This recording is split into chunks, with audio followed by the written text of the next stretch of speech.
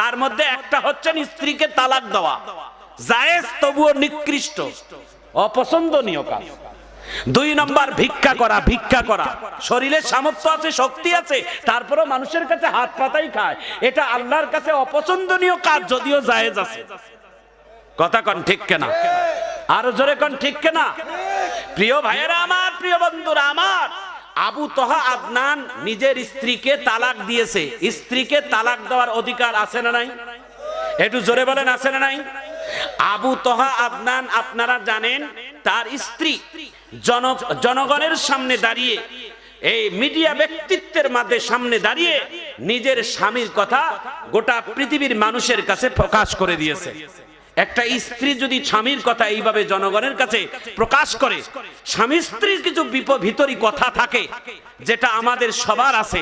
একটু জোরে বলেন, আছে না নাই? আবু